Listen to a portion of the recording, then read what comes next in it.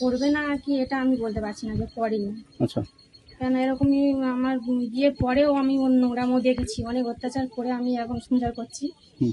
তো এটা আমি মানে মেনেই নিয়েছি যে ও করেছে। আচ্ছা। এই যে পুলিশের গুলিতে মারা গেল, কিছু বলবেন? না, ও অন্যায় করেছে, ও দোষ করেছে, ও হচ্ছে গিয়ে গুলি খেয়েছে, এটা বলার কিছু নেই। আচ্ছা। আপনি কি চাইছেন এখন? কি চাইছি বলতে যে ওখানে তো বাড়িপুরে আমাদের যেতে বলছে, যাবো। স্বামীর দেহ নেবেন? মেয়ে বলতে যদি রাজি, বাড়ির লোক সবাই রাজি হয় তো ভালো হবে। আচ্ছা। আপনার কয় সন্তান? একটা ছেলে।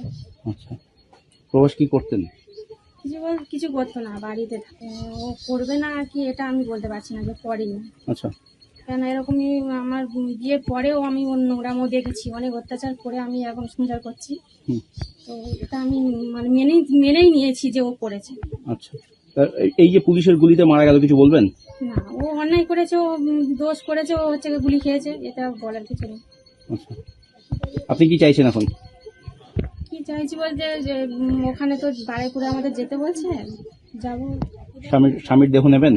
মেয়ে বলতে যদি রাজি, বাড়ির লোক সবাই রাজি হয় তো ভালো হবে। আচ্ছা। আপনার কয় সন্তান? একটা ছেলে। আচ্ছা।